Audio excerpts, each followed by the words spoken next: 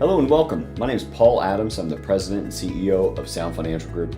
It's great to have you with us today. We're starting a new series today that is based in the ability for people to learn more about finance and become better at learning about finance and being willing to engage. You see, so often people hear the term finance or working with a financial advisor, and what do? Well, they nearly always say, I just don't enjoy that. I just don't want anything to do with that. My spouse handles that. Well, we know finance is such an ingrained part of people's lives. Like, we don't get to get out of this life without dealing with it to some degree. If we don't plan for the future, then almost always the future will call our financial bluff if we're unprepared. So it would be a little bit like one parent saying to the other parent, hey, I just don't want to deal with the kids until they're teenagers. You just handle that until later. No, that's something that we all need to be engaged in early on. So what separates people from wanting to be engaged about their money? Well, it's real simple. We feel like we can't understand or speak the language.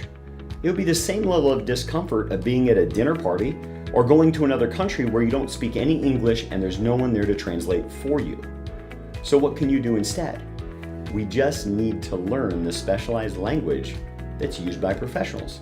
If you're going to build a home, you'd have to learn some language of the architect, some language of the general contractor, some language of the interior designer.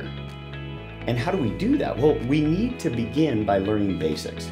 Now, you can do that in any of those domains by simply looking for blogs on basics of that specific domain and then being able to read through it and begin to learn. But we mess up our learning. We mess up our learning because we think we're there to be entertained. We watch a YouTube video on the basics and we say, well, we liked it or we didn't like it. That's not the objective. The objective should be to understand every word that's being said, especially those specialized words.